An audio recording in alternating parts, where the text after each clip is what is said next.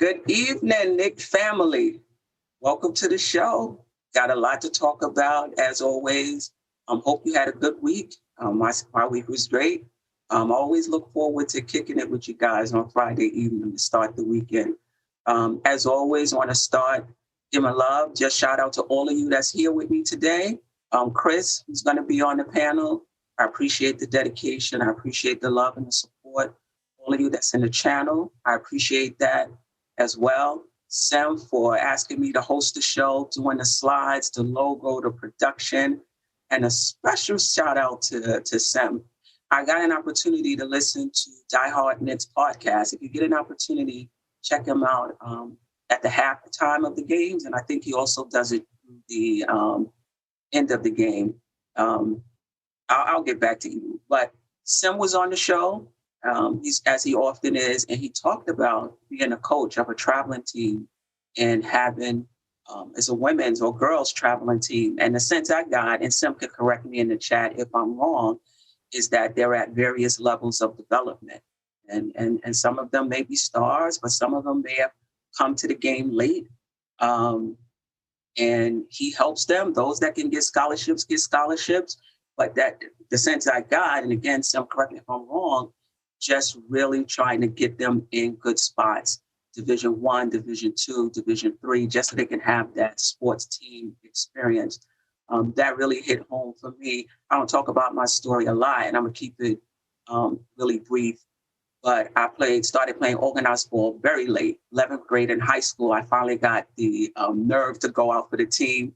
I made it in hindsight, probably because I'm 6 feet tall. And I got recruited to play basketball Division III. And my first 2 years, I sat the bench. I just wasn't good enough. And I took that year off, really worked. Larry Fuller, if you're out there anywhere, I appreciate you. Really helped me work on my game and including the mental part of my game. And my last 2 years of college was just great. But I came from nowhere. And I took that chance late in my career. And somebody like Larry, helped me out. And playing college basketball for 4 years, but 2 years really, really being a good player on the team has really enhanced my life as a person, right? So Sam, shout out to you, working with the young ladies, helping them develop, whether it's Division I, II, III, whatever it is. Even if they don't play in college, just that experience they get with you traveling, it helps them grow. It enhances your development. I believe what it's like to play with people of different ethnicities, different personalities, what it is to be a part of a group, a part of a team. So shout out to you, Sam, and all the coaches out there working with our young people. Big ups to you guys. And just to get back to Eru, if you haven't checked out Die Hard Knicks podcast, I don't know if he's still from Brooklyn now, but I just love listening to him because he gives it to you straight, no chaser. I'm from New York. A lot of you guys are from New York, and he just doesn't pull any punches. And I really like listening to him. I was listening to another halftime show, and this advice was not for me. I think it was the halftime of the Knicks-Philly game, but I took it for me. And he said, people are so tight with their tapes, so afraid people are going to come at you. Say what you feel and have fun with it. It's not that serious. And he's absolutely right. And that's, how I try to approach it. It's not that serious. This is your tape. It's your opinion. People are going to disagree with it, and it's totally fine. So let's just be easy, Knicks fans. Everybody have a different opinion about the Knicks, even as we enter into the playoffs, right? It's all good. All right, enough. Let's get into this week's games. We played Phoenix, Clippers, the Lakers, and last night we played San Antonio. So we lost to Phoenix 128 to 105. They were 47-19 coming into that game, second in the West. 4-1 over their last 5. The Knicks, Randall did well, 24 points, 11 rebounds, 4 assists. He was pretty efficient. RJ, 23 points, 8 rebounds, 3 assists. Didn't shoot well, but 5 from 11 from the 3 point line. Rose was good with 17 points. just my quick take from that game. The Knicks was up by 10 in the third quarter. Entering the fourth quarter, they were just down by 2. And Phoenix outscored them 38-17 in the fourth quarter, and we won the game. We lost the game. And I have to admit, I thought we would get the Phoenix game. I thought we would get the Phoenix game just in terms of just how we played them the first time at the Garden. And I get it. You know, we were playing them at home now, but I really thought we would get it, and it wasn't the case. Ayton, he played okay the first time, but this time 26 point, 15 rebounds. They had 7 players in double figures. Kaminsky with 10. Crowder had 18.6 3-pointers. I thought the Knicks and Bullock did a better job on Booker, but just in the fourth quarter, they just really blew the game open, and that was it for us for the Phoenix game. On to the Clippers. Used to be called the Clip Joint, but they back to respectability for a while now. The Knicks won that game 106-100. Coming into that game, they were 45-22, fourth in the West, coming in 2-3. So probably not playing their best, but they had their entire team was there. And I know a lot of fans, media, maybe fans was wondering how the Knicks would do against a good team with their full complement of players. And they were there. Kawhi was there. Paul George was there. Very good wing defenders. And I mean, they played okay, but they did not kill us. And, you know, you could point to Bullock and you could point to RJ. I think that definitely was part of it. But also, I think just the Knicks game plan. Kawhi had 29 points, 4 rebounds, 3 assists, but he hit 9 of 36 shots. So he was not efficient at all. For us, Randall, 14 points, 14 rebounds. He also didn't shoot that well for the game, but came up big for us when we needed it. You know, I think it was like 1:04 left in the game, and then another shot with under a minute left. He had some big shots from us down the stretch, and that's what we need from Randall. I think that was, you know, for some fans, a knock on him that he didn't hit big shots down the stretch. And that game, he hit 2 of them. And we're going to need that coming into the playoffs. Though I think Rosenberg can do the same thing. But if Randall can get better at handling the ball down the stretch, making big shots for us down the stretch, that bodes well for the Knicks, not just in the playoffs, but going forward. I got a lot of notes, so sometimes you'll see me look. There's no way I can remember all of this. The Clippers elected to, you know, overload and Randall double team him. And, you know, he was, you know, he does what he does. You know, he passed out of the double teams. I thought there were some times when, you know, he had already turned into the key and jumped in the air to take the shot. He could have just took it, you know, but he passed it out and they were hitting that game. Rose had 25 points, 6 rebounds, 8 assists in that game. I'm going to talk a little bit about RJ later, but he had a good stat line as well. 18.7 rebounds, 4 assists, 2 steals, 1 block. Did not shoot well from the field, but from 3-point line, he was 4 for 7 for 57.1%. And in that Clipper game, he did hit some timely shots, shots for us. And the Lakers. I don't know. Hopefully, you all know that I am a panelist on Simeon Russell's Nothing But Knicks, this channel right here. They do pregame and postgame shows. If you get an opportunity, it's well done. When I'm not on the panel, I listen to the show, the production, the takes of the panelists. It's just a very well done show. And there was a lot of heat after this Laker game. So if you didn't check it out, check out the pregame and postgame show, specifically the postgame show for the Lakers. But back to the chart. So we lost to the Lakers in overtime by 2 points, 101-99. Coming into that game, he had the same record as the Knicks. the Knicks were in the 4th seed coming into the game. The Lakers in the 7th, which is the play-in spot, in their last 5, 2, and 3. LeBron was in and out of the lineup. He didn't play that game. Schroeder didn't play that game. Caruso started the game, but I think he injured himself somewhere in the first half, so he didn't play the second half. They were without primary ball handlers. And, the Knicks, this was 2 exceptionally good defensive teams, both of them entering the game with something to play for. So, they were without some key players, but they know this was a game they needed to have. IQ and Burke, I should say, was out. This was the 3rd game they was out. They didn't play the Phoenix game. IQ and Burke did not play the Clipper game, and they did not play in this game. So the Knicks were shorthanded as well. I mean, quickly, he's a rookie, but he's a big part of what we do. Burke has been in and out of the lineup, but the Knicks are definitely a different team when he's here. His ability to handle the ball, his ability to shoot the 3 and to get his own shot, right? Which we're going to need in the playoffs. We'll talk a little bit about that later. So for the Knicks, 2 players were in double figure. 1 player had 9, which was Frank. Frank came up big for us in the Laker game. He also played well in the Clipper game. I know Andy and Kev gonna be on me that I don't have that right.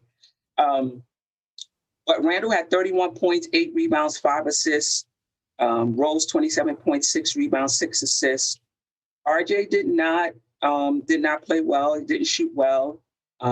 It happens. I'll talk more about RJ later.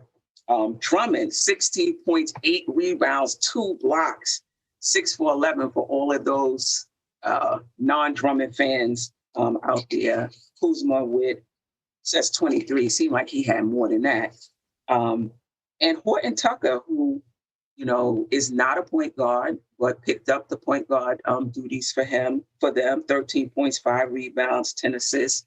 And then Wesley, with, I think, just 8 points, but a big one off of that rebound over Derrick Rose.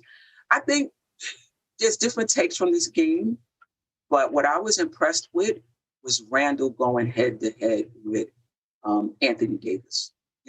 I'm sold on Randall, but it doesn't hurt to see how he performs going up against players at his position who are stars or even superstars, right? It's not going to hurt to see how he does in the playoffs with defenses keying in on him, a bit more. I thought he outplayed AD. AD, I think, got his 20th point in overtime. Randall's man-to-man defense was good in my estimation. And this is somebody who has to play both sides of the court. He has to score for us. And he had to defend AD. And I'm not going to say he was, great, but he was really good. I think the game or 2 before that, AD has scored like 30 something points. So part of it was scheme, but I think part of it was Randall, his defensive intensity and what he gave us, in that game. Frank came in and gave us some good minutes playing off the ball. We were down, we're down players. And when we're down players, Frank, this is the situation, right? Tip says he's situational. This is the situation. If somebody gets injured and they can't play, Frank is next up. There was one game on that road trip, I want to say Phoenix, where he just did not look great at all. Air ball just didn't look great. But after that, he seemed to have settled down, played good defense for us, hit the timely 3. That's how I understand Frank. That's what I see from Frank. Just be a 3-and-D guy, play good defense. The ball comes to you and it's an open 3. Take it. Don't force it. Don't try to do too much. And he did. And he did well for us. So shout out to Frank. One more. I'll do. That's the. Okay. I'm going to talk about. I'll talk about. I got a whole different segment on RJ, who's my guy. But I do want to talk to them. So with the loss to the Lakers, the Knicks fell to 6th seed. And that's what was so important about the Laker game, was that the Knicks were in the 4th seed coming in. Had they won that game, they would have secured a playoff spot and stayed in the 4th seed. And with the loss, they went from 4th to 6th. So I know that was a disappointing loss for them. For us as fans, a lot of us feel that we are operating with house money. But for the Knicks in that locker room, they trying to get it. And they're not thinking about this as house money. And, we won the season already. And if we don't do anything else, the season has been a success. Trust me, I'm not in that locker room, but I can't see that being their attitude. So this was a tough game for them. I know they go into every game understanding what the stakes are as far as seeding and playoffs and things of that sort. They really wanted it. And I think we did come up 1 rebound short. I think we got that rebound off the miss, and Wesley doesn't get that put back. Warren's something disastrous. The Knicks win that game. But it's neither here or there now. One more game, then I'm going to get to the chat. And that was last night game against San Antonio. The Knicks won. Didn't look like it if you watched it in the first half, 102-98. San Antonio was 3-36, 10th seed in the West, having won 2 of their last 5 coming into the game. I think San Antonio's seeding position was pretty set. I think they were 1.5 games behind, I want to say Memphis, and maybe 2 games up on whoever was in the 11th seed. So their seeding was pretty set. But for the Knicks, it was not. And I didn't get the sense that the Knicks came out with a lot of urgency. Who knows, were they, I wouldn't say content, but, they wanted to get into the playoffs and they were already in. With the game before that, I should say the night before that, Cleveland beat Boston and the Knicks secured a playoff spot, a top 6 seed, even before the San Antonio game. So they came into that game knowing they were in the playoffs. So this was just about seeding. And, sometimes you can't duplicate urgency. Sometimes it's hard to simulate, urgency when there isn't a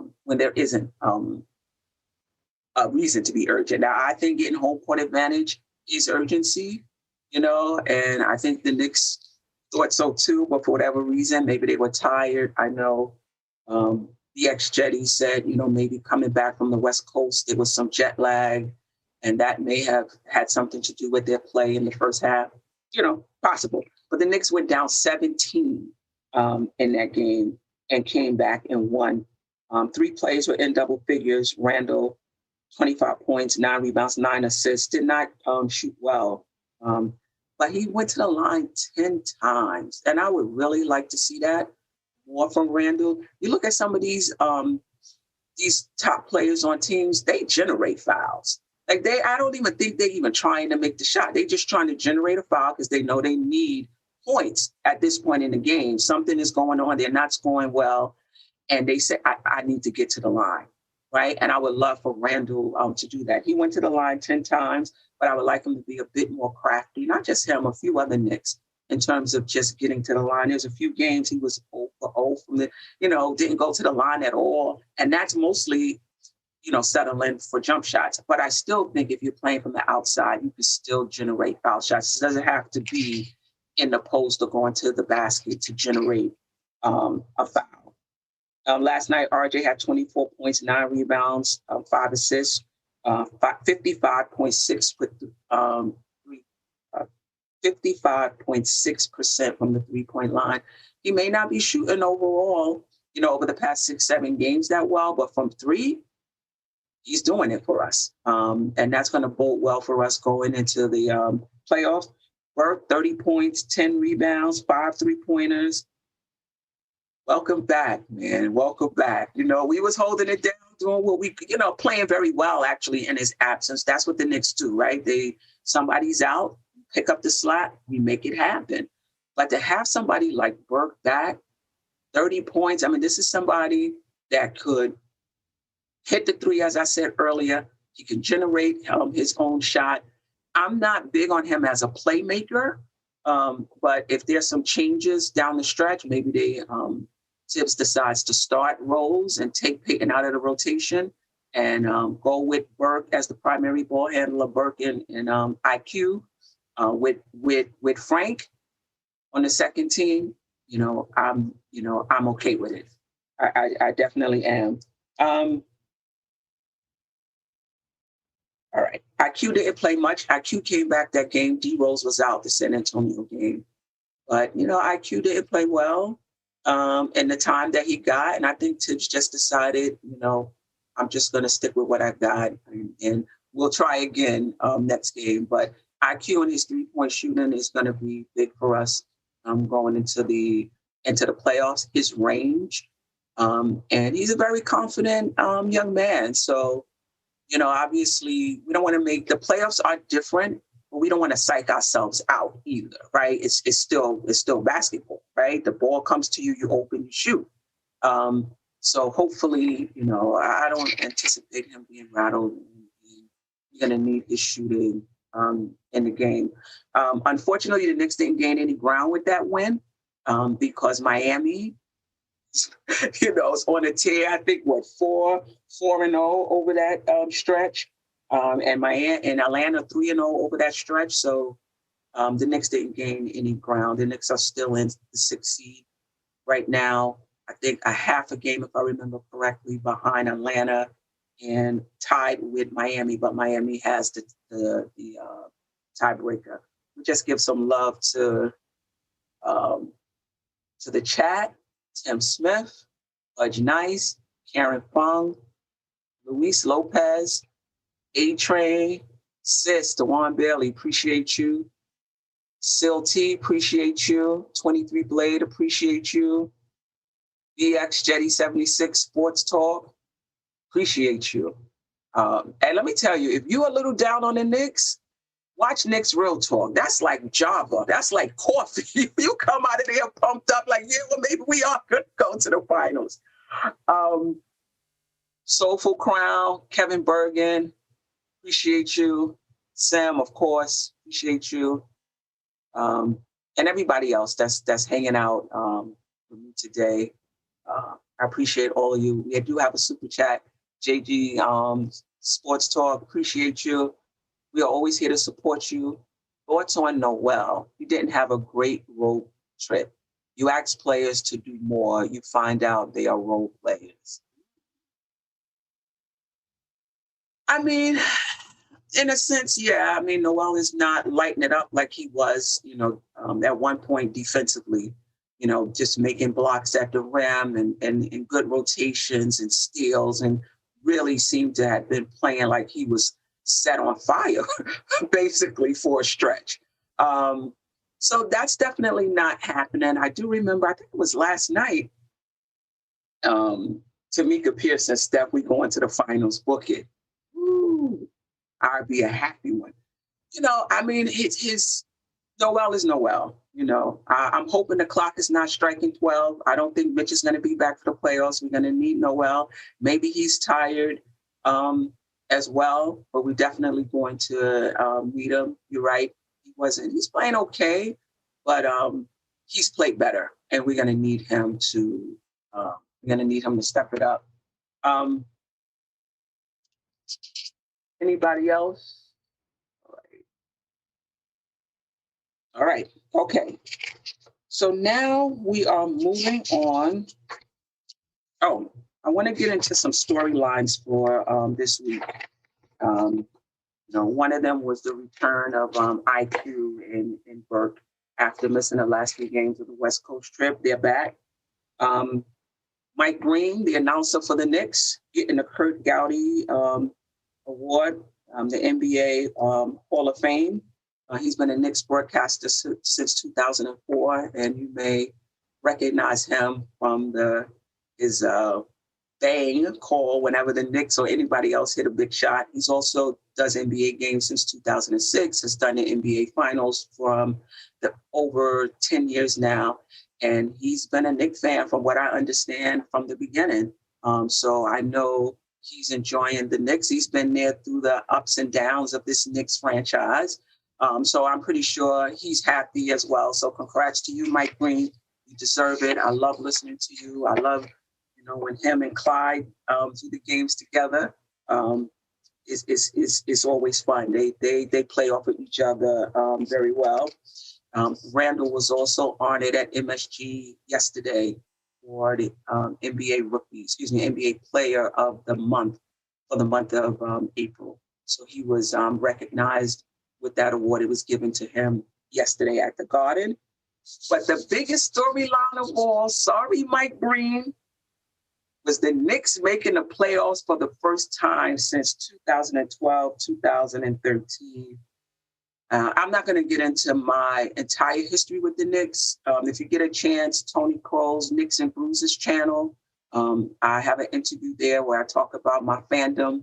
I talk about the good times, the bad times. I've been watching the Knicks since the 80s, a little bit before Patrick Ewing was drafted, when it was Chuck Robinson. And it was just really a disaster at the time. And coming up through those 90 Knicks with Pat Riley and Van Gundy, and us getting to the championship twice against Houston and San Antonio, and the Isaiah Thomas era. And just since 2012, 2013, that was the last time we were in the playoffs. And the Knicks weren't competitive. The franchise itself was a laughingstock. And others may not think this was the worst period, but the Fizdale years, and this is not on Fizdale because contrary to what other people think, I don't think Fizdale was doing anything different than what the organization wanted him to do, right? So this is not on Fizdale. So I'm talking about the Mills Fizdale 2 years or so, where I just felt like the Knicks was treating the season like an 82-game scrimmage. I mean, it's one thing if you're not talented, but you're going out there and you're trying to win every game and you're just not good enough, and the Knicks weren't. But the Knicks had players on the bench who I could have helped them win. There were times I heard the coach say at the end of the game, "Oh, I had so-and-so in, even though he wasn't a good free throw shooter. I needed him to have that experience. Whether we won the game or not, he needed him to have that experience." So all of that to me was just a turnover. I'm old school in that respect. I think there's two cardinal rules of basketball. The first one is you play to win, period. And number two, you earn everything you get. So the idea of playing young people for 2 and 3 seasons down the line to kind of accelerate their development, I get it as a strategy. It's just not something I agree with. So I did not enjoy the last 2 years. And when Tibbs came, it was like he just cleaned house and brought back championship habits. Even if you don't have the talent, there's still a way to approach the game. There's still a way to approach practice. There's still a way to approach your body, take care of yourself. There's a way to build these habits, whether you're talented enough or not. And I didn't get the sense that the Knicks were doing that. And I think when Tibbs came in, he did that. And I felt like at the very least, no matter how many games we won or didn't win, the Knicks was back to approaching the game of basketball the way it should be approached. But then on top of that, just to see how much the team gelled and evolved over the course of the season, to see Tibbs being Tibbs. I mean, I think we should all be like Tibbs. Tibbs is like, this is who I am and this is how I coach, period. No matter where I go, this is what I do. You like it, you don't, you don't. We should all be like that, right? He just stands in his truth, and this is how he coaches. So you may not agree with everything he does, but he's true to himself, and he's true to his style of coaching, and the players bought in. I don't care. You can have as great a coaching staff as you want, Hall of Fame coaches if you want. The players have to believe in you and they have to buy in. And that's what the Knicks did. And your top player, your best player, Randall, not only bought in, but if you heard him talk on the podcast, he was looking for a coach like this that was going to hold him accountable and wasn't going to allow him to get away with all that spinning and not winning, as Clyde would say.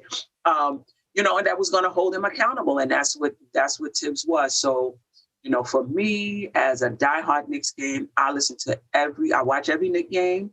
I think since the 80s. Any game I can't watch. If I'm driving somewhere, I'm listening to it. If I miss it, I record it. I listen to it the next day. I watch it the next day. I know there's a lot of diehard Knicks fans like that follow this team. Good good or bad, and to the point where if the Knicks are not doing well, it messes with your mood. You get irritable. Look, don't talk to me. Not only did the Knicks lose, we did not look good. I need some space. Like we really into it like that. So for all the Knicks fans, we were not. I don't think we were expecting this, but we're in the playoffs, not the play in. The Knicks are in the playoffs. So for all of us long-suffering Knicks fans, we could breathe a little sigh of relief. I know there's some Knicks fans who, like, if nothing else happens this season, they're good. If nothing else happens this season, I'm ecstatic for what the Knicks were able to do and what they were able to build. But I really would like to see them in the playoff. And I really believe in this team, and I think they're going to do relatively well in the playoffs. So shout out to the Knicks and to all us long-suffering Knicks fans, man. It's been a long time. All right.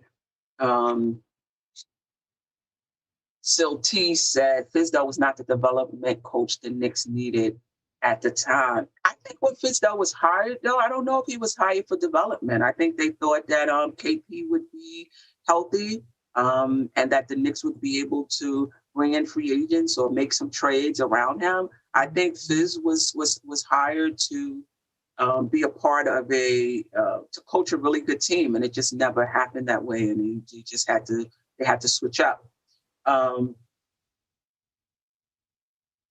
Playing Calvin Cowell, playing the Bucks, Miami, Orlando. We are going to win. All right. Hey, love it. Anthony D. Steph Fizdale did nothing to help his case. Period. Okay. All right. I'm just trying to give a lot of times we get on coaches for their approach, but the front office is on board. I know at the beginning, people were all in on Tibbs about, I forgot what it was, his rotations or whatever it was. Oh, that he was trying to win every game. At that point, there was some fans still on the development train. Hopefully you got off that. But there was some players still on the development train, and they were getting on Fizdale that he was playing the veterans. He was taking minutes away from the young players. And that he wasn't going to last long as the coach if he continued to do that. Trust me, the organization was behind that. They were trying to win. And I believe that was the same thing with Fizdale, sitting the vets and playing the young people. That was an organizational decision. And, in my estimation, that's what I believe. Sil T, I try not to miss a game. I'm with UCF. Now, Sunday, I got this wedding. It's at 4:00 in Pennsylvania. The Knicks play at 1. I'm hoping, that I could get the Knicks game on my phone. Somebody else can drive so I can listen to it on my way up there. We'll see. All right. Playoff positioning. So the show last week, the Knicks were in 4th place, and had the season ended, then we would have played Atlanta. Right now, we're in 6th seed. Look at that. Everybody see that X next to the New York Knicks? We're in the playoffs, baby. Now it's just a matter of seeding. And right now, if the season ended, if the season ended today, we would play Milwaukee. Now, the Knicks won the season series against Milwaukee 2-1. The last time we played them was March 27th. We beat them 102-96. Giannis didn't play. Middleton didn't play. Holiday didn't play. Vincenzo didn't play. I said Randall didn't play. I don't remember that. I said maybe they made a mistake. I went to another website to check the box score. So Randall didn't play that game either. And Mitch only played 6 minutes. And people say, they didn't have their best players. Everybody wants to downplay the Knicks. Even some Knicks fans, they didn't have their best players. If they had their best players, you wouldn't have won. Listen, we've been playing without our best players either. Nobody's giving us a break as far as that concerned. You play with who you have. So the Knicks won that game. March 11th, we lost to them 134-101. No Mitch, no Rose. Was Rose with us by the time? I think he was. Um, Randall had 7 points on only 11 shots and no free throws. Like this is part of it. Don't get me wrong. I'm on board with Randall all the way. But if he could just learn how to just generate some foul shots, get to the line. He only took 11 shots, and what that tells me is they were loading up on him, and they were. And he's quite fine being a facilitator. I don't think he really tries to force it. He just passed out. Um, there were 7 players in double figures for the Knicks. And Obi had 10 points, 5 rebounds in 20 minutes that game. And we were out rebounded by 5, but the Knicks had more offensive rebounds during that game. And then the first game, the 27th, we won 130 to 110. 5 Knicks were in double figures. All of the Bucks starters played. Giannis had 27 points, 13 rebounds, 5 assists. Middleton, 22 points, 4 rebounds, 5 assists. And we still won. Listen, I'm okay with the Knicks matchup against Milwaukee, even if we don't have home court advantage. I think that, Miami beat them last year. So the blueprint is there on how to beat this team. Now, they may be a little different this year. And, Tibbs already, as probably other teams as well, have the advanced scouts out, looking at scouting whichever team we may play in the playoffs already. So they probably put in some new wrinkles from last year, but there's a blueprint of how to beat this team, and they have to play us as well. I mean, when you think about Milwaukee, you're like, wow, if you double Giannis, you got to cover the shooters. If you cover the shooters and Giannis, goes one-on-one, if he gets his average, that's fine. But if he gets 30, 40, 50, that could be detrimental. Well, the Knicks are a changed team, since we last played them. Randall could score. We have a star play as well. You want to say he's not at the level of Giannis yet? Okay. All right. It's yet to be seen. But I think so. I mean, I think he's good enough for us. And he is a star player in this league. I believe all NBA this season, playing lights out in my estimation. But the Knicks also have 3-point shooters, right? So I think there's about 4. I didn't write it down. And I didn't write it down, but there's like 4 Knicks shooting over 40% from 3, and a few others that are shooting in the high 30s, right? So the Knicks can hit the 3 as well. So you want to load up on Randall? He does a good job finding the shooters. RJ can hit the 3. Quickly can hit the 3. Bullock can hit the 3. Burke can hit the 3.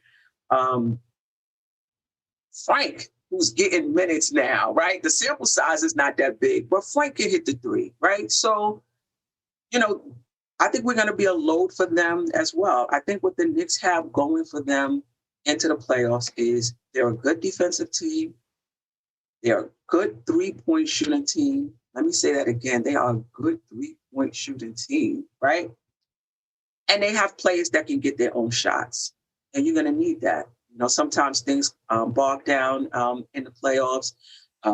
It's not even that you're not sharing the ball or passing it from side to side. It's just that, everybody's level of play is up. So they're rotating faster as well, right? So as soon as you catch it, they're rotating well, they're there. You're going to need somebody with the shot clock winding down to be able to get you a shot.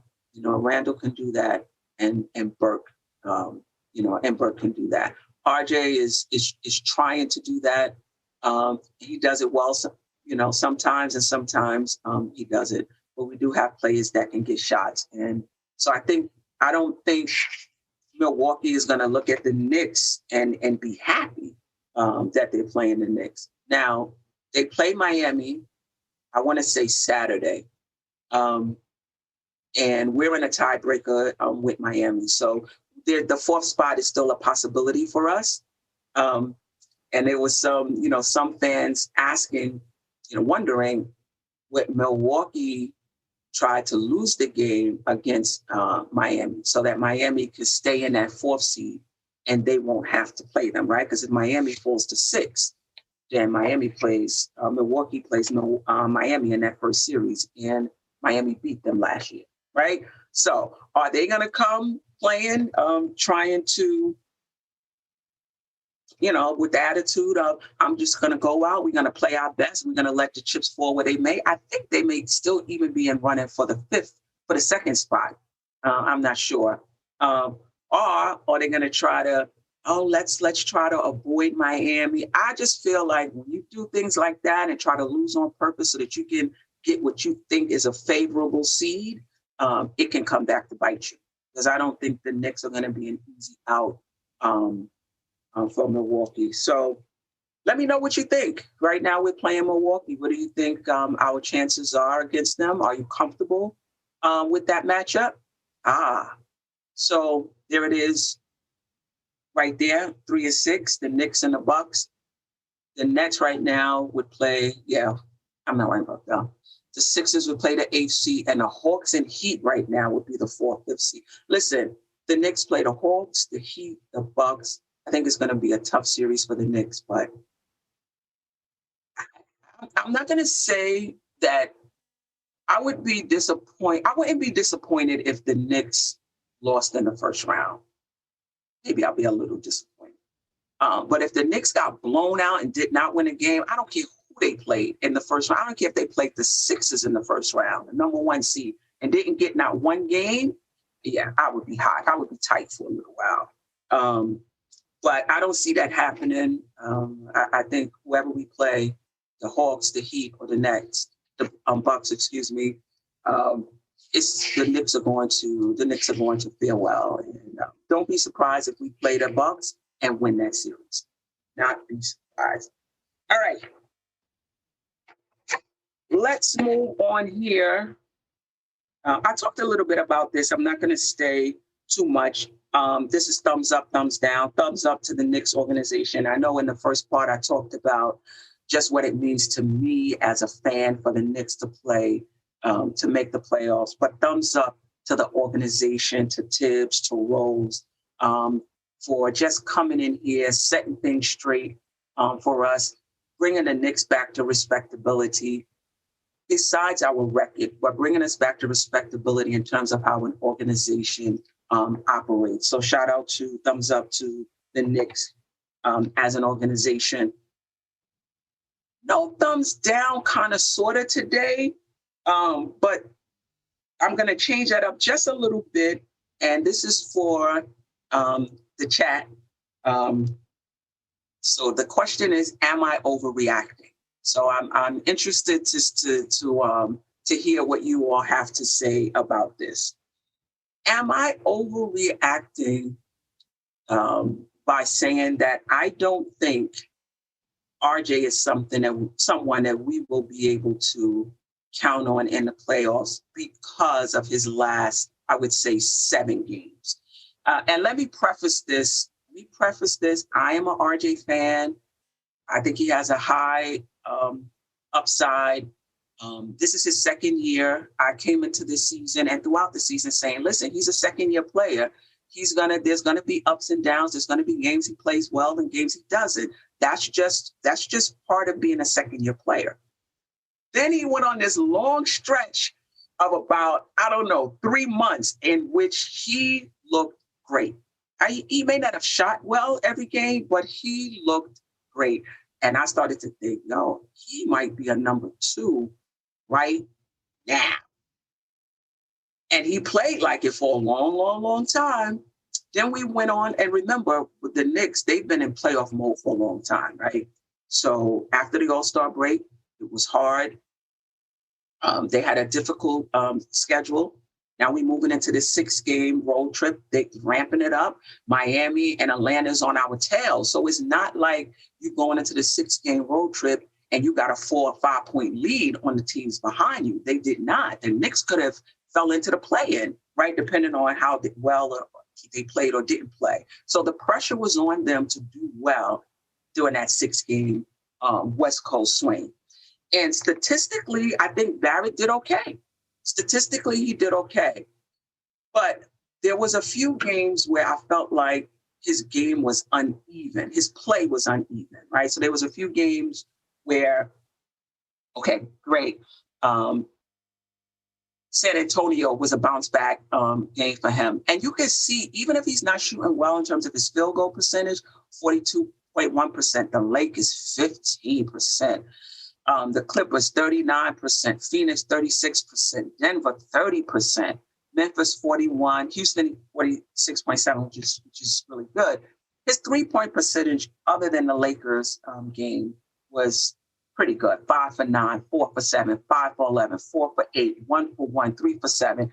Rebounding very well, 9, 4, 7, 8, 3. So when you look at his stats, and you're not watching the games, you're looking at him, he's like, wow, Barrett, he's not shooting that great from 2, but he's doing well. And overall, he is. However, particularly the Clippers game, I saw, he shot an air ball.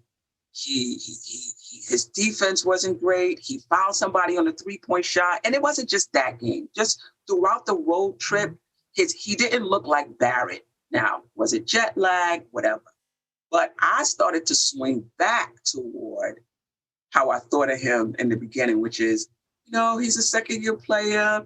If these things are to be expected. So the question is, am I overreacting by saying at this point, I don't think RJ is our number 2 going into the playoffs. I'm not sure what we're going to get from him going into the playoffs.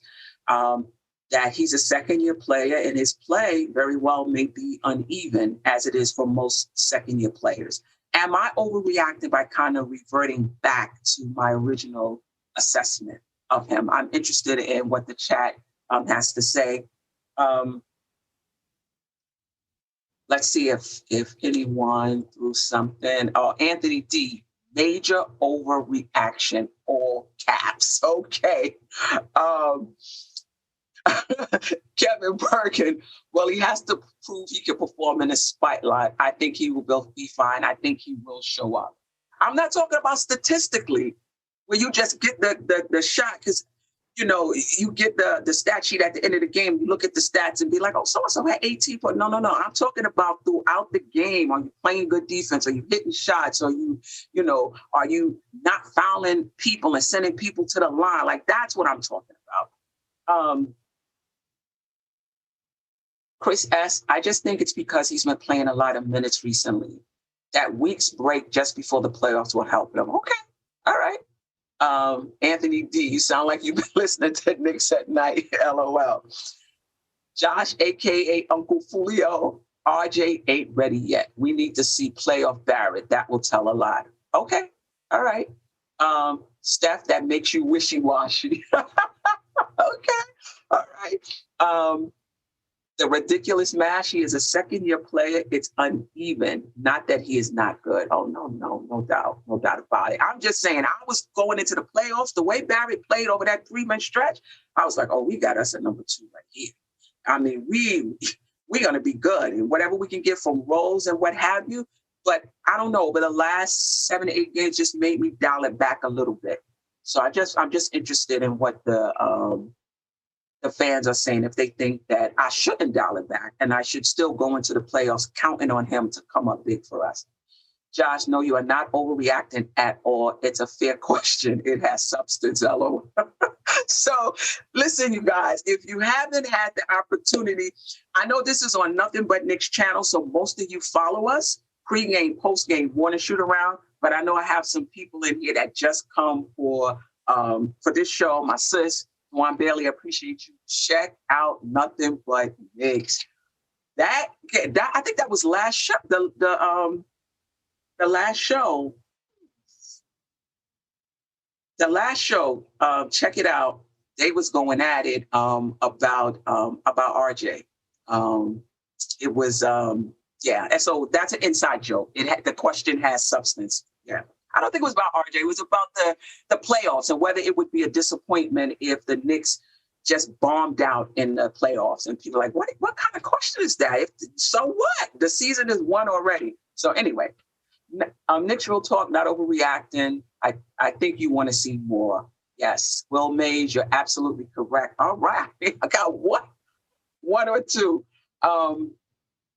Josh pretty much said what I was trying to say, well, minus the RJ isn't ready yet. the week off will regenerate him. Kevin Bergen, yesterday's post-game show, yes. RJ has to work on his forehand. All right. So most of y'all think I'm overreacting and that he'll come up big. I think at this point, Rose is our number 2 going into the playoffs. And whatever we get from RJ, I think there'll be games when he plays well, and I think there'll be games when he doesn't play well, and that's okay. But I'm no longer going into the playoffs looking at him as our number 2 behind Randall. I think it's Rose.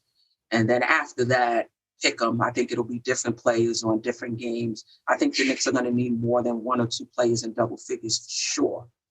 As far as scoring is concerned. And just one last thing before I get to next week's game. It's been an hour already. I'm telling you, I could talk. Chris is probably hung up on the Cross Bronx Expressway because I did speak to her. She said she would be here, so she's probably in traffic. But as you can see, I'm a talker. I can talk. So before we get into, we have 2 games coming up. No rookie watch this week. IQ played 1 game. Obi is the same. He's comfortable. He's in the Florida offense. We'll talk a little bit more, probably in future shows before the playoffs, probably next week, about, what we think about our rookies and getting time in the playoffs. And we'll definitely watch them throughout the playoffs because I'm interested to see, just in terms of their development, how they perform. So instead of the rookie watch, I have a question, and I wish I would have sent this to Sim as a chart, but it's okay. I'll do my best with it. And the question is playoff coaching experience just as important as playoff experience, right? Hit me up in the chat, in terms of what you think about that question. I say yes. I think just like a player can be found out during the playoffs, it's just too much for them, and the lights are shining too bright, the stakes are high, there's too much attention on them, and you could tell that it's too much for them. I think that can happen with coaches as well.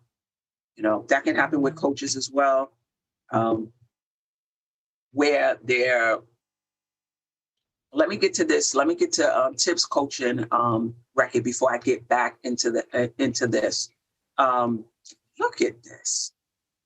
I mean, look at the winning percentage, and overall winning percentage, 8 years, 58, almost 59%, 55% with the Knicks, 24 playoff wins, 32 playoff losses, but altogether 56 playoff games. And even, if you look at Minnesota, when he went to Minnesota, that first year, 31-51, the very next year, 47-35, and just 2 games under 500 when they left. When he was let go, I tell you, and hopefully, this doesn't happen with the Knicks, but the expectations get so high that if there's a little blip, it's time for him to go. I do think there was more, more to it than that. But look at the Knicks, 8 games over 500 with an opportunity to win 40 games out of a 72 game series. So I think going into the playoffs, even though we may not have a lot of players with coaches' experience, Tibbs having coaching experience helps us. And I'm just going to break it down really quickly. And one of them is the coach being steady. There could be no panic in a coach in the playoffs. Because trust me, I don't talk about it a lot, but I played in 3 championship games in college, and I coached for them in college. And when I say that the heat is dialed up, it is, because every mistake is magnified. So you cannot have a coach in a timeout when you just turned the ball over and maybe you down 1 and frantic and out of their wits, right? The coach has to keep their calm, especially when you have a team without a lot of playoff experience. That helps calm the team down, right? If they see you out of control, now they starting to get nervous. I don't think that's going to happen. I don't think that's going to happen with Tibbs. I think he's going to be steady in the timeouts, no matter what the situation is, or just steady in how he handles the team, right? So I think that helps us, though we don't have a lot of players with playoff experience. Tibbs' playoff experience will help us in that regard. I think mental preparedness as well. Everybody wants to get into the fun, what we need to do with Giannis or what the game plan is. How are we going to stop this one? How are we going to stop that? Mentally, you have to be prepared to start these games. Your mind has to be right. If your mind is not right, all of the preparation, game planning goes out the window, right? And I think that that's something that Tibbs has been doing all along with this team, teaching them how to mentally approach a game, right? So I think the Knicks have some practice in that regard, but I think he will also share that with them in terms of, look, this can happen in the playoffs. Things can get tight in the playoffs. It's important that you do A, B, and C, that you don't lose it, that you don't get caught up in the refs, in the playoffs, because you can't take a play off in the playoffs. You can't be worrying about what happened two plays ago, with the ref. That's part of mental preparation. So I think Tibbs, having been there, he'll have them prepared in that regard. Game preparedness, I don't think that's an issue. We can see that with the Knicks now. And Randall has talked about that on several occasions, that they are, pretty prepared for anything. They're pretty prepared for a team before they face them. I don't think that's going to be any different in the playoffs. Game-to-game adjustments. You got to be able to adjust to the adjustments that they made, right? So, you win a game, you lose a game, the other team is going to adjust to whatever you did, and you're going to need to adjust to that, right? So Tibbs has been there. He's won. He was the defensive coach on that Boston team. I forget the year it was when Kevin Garnett and Rondo, when they won the NBA championship. So he gets it. He understands about having to make adjustments. This is not his first time in the playoffs either. So he gets that as well. In-game adjustments. Sometimes you can't wait till after the game to make an adjustment. Sometimes you prepare as much as you can for a game, and the team throws out a new wrinkle. You got to be quick on your feet. You got to be able to, wow, they're doing something different that we didn't see before, we haven't prepared for. What are we going to do right now, this moment, to make the adjustment? Now, I know a lot of us get on Tibbs for that he doesn't make a lot of in-game adjustments. We'll see, as far as the playoffs is concerned, if that's going to be the same thing. I think I've been seeing much more in-game adjustments going offense, defense with players now, something I hadn't seen in the beginning of the season. And maybe a lot of it had to do with him seeing the players for an extended period of time and being able to trust them, being able to know that they know what we are trying to do inside and out. Now I can start adding things. Maybe that was part of it. But in-game adjustments is going to be key for us. And again, Tibbs has been there, right? And substitutions as well. And we talked a little bit. That's part of in-game adjustments as well. When do you substitute? So the reason why I say this is important, because I have seen coaches their first time in the playoffs, not necessarily in the NBA, but in college, summer tournaments where it's a playoffs, and the coach will just freeze.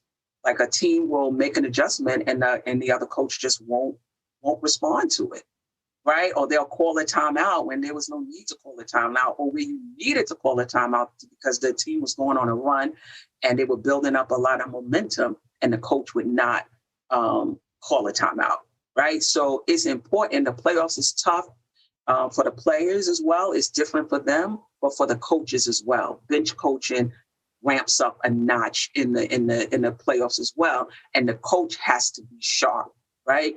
And Tibbs coming in with, I forget what it was, 30-something games worth of playoff experience is going to bode well for us with a team where we have some players, Rose, Taj, Bullock a little bit, may have been, and some of these players with playoff experience may have been on the roster, but may not have gotten a lot of time, right? So they're still young as far as being in a position that you have to produce. right? I could talk about 4 championships in college. 2 of those championships, I was sitting on the bench. So I have no idea what it was like to play in those games. See, I could claim them because I was on the roster, but got to be in the game. So we do have players where you look at it and say, oh, this one has 10 games, this one has 12. But how many of them got time in those playoff games and was counted on to produce? So totally different story. So having Tibbs with that playoff experience, I think, the question was, does having a coach with playoff experience, that just as important? I think it is. Yes, you need to have players, but I can't tell you how many times, you have good players, the teams are even, and the coach is just panicky, and they're not putting their team in the best position to win. And they're actually taking away from the team, making it harder for the team to win with some of the decisions that they're making because they're freaking out because of the intensity of the playoffs, right? We're not going to get that with Tibbs or any of them on our coaching staff. They're going to be ready. They're going to be prepared. They're going to prepare the team, game preparation, mental preparation, in-game adjustments. So having a coach with playoff experience goes well for us. And we have that. All right, we're almost out of here. We only got 2 games coming up. Ryan has playoff experience too. Yeah. Payne's been on the sideline in big pressure tournament games. Yeah. When those players come to the bench, if there is a player that is a little shook, sometimes the coach, he or she is in the game. They can't tend to a player like that. Having those assistant coaches on the bench that could talk to them and calm them down, that's definitely important. Tibbs will be judged accordingly. Yeah, I don't know. I don't know. I mean, you look at his win percentage, I think people getting caught up in how he does it. This is just who he is, Bodega Wi-Fi, we can't worry about ducking teams. We beat whoever is in front of us. There you go. I think you mess around. Let's lose this game to try to get in this position. I think you just mess up your flow. We out of here. We're almost out of here. 2 games coming up this week. We play Charlotte Saturday, 1:00. They're in the 8th seed play-in.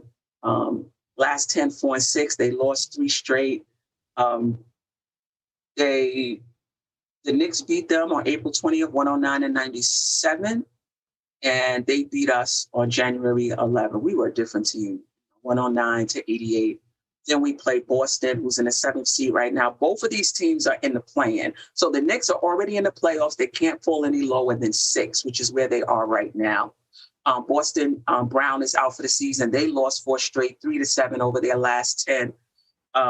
They beat us on the 7th. That was our last loss before we went on that 9-game winning streak. And then we beat them on the 17th, 105. Wow.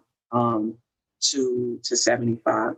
The Knicks, Atlanta plays Houston on Sunday. You would think that's a win. Miami plays Milwaukee on Saturday, Detroit on Sunday. Depends on what Milwaukee is thinking of. If they're going to go out there and play to win, or they're going to go out there, whole players out, not really care if they lose the game, either because they need to rest players or because they're trying to avoid Miami. The Knicks still have an opportunity to get into the 4th seed, but Miami would need to lose. I think one. I don't think both. I think they need to lose one of these games, and the Knicks need to win out against Charlotte and Boston. And I don't think that's going to be. We'll see. Will Boston sit players? Being that they're in the 8th seed and they can't really go any higher or lower. We will see. That's it, Knicks family. Thank you so much for hanging out with me. Little over an hour. I appreciate all of you. I didn't shout out my fellow panelists on MBK, nothing but Knicks. I appreciate you guys. Y'all keep sharp for sure. Frank Westry, Bodega, Wi-Fi, IQJ, Josh, Frank Wesley, all of y'all. I appreciate you. And I'm out, ladies and gentlemen. Enjoy the week. We'll meet again. The Knicks will probably be preparing for their playoffs. So we'll definitely know who they're playing. And The Knicks are about to do some good things. I think I think the Knicks, in terms of how far I think the Knicks will go, I'm going to say second round, 6 game, right? I think is the ceiling. And if they bust through that, I'm happy. If they fall short, they better have gone 7. Or they better have lost each game by like less than 5 points. You know, I need the Knicks to show up. If you go out there and you get beat fair and square, you showed up, it is what it is. But you got to show up. And I have no doubt that the Knicks will. All right, ladies and gentlemen, spread love, as we say at NBK. See you next time.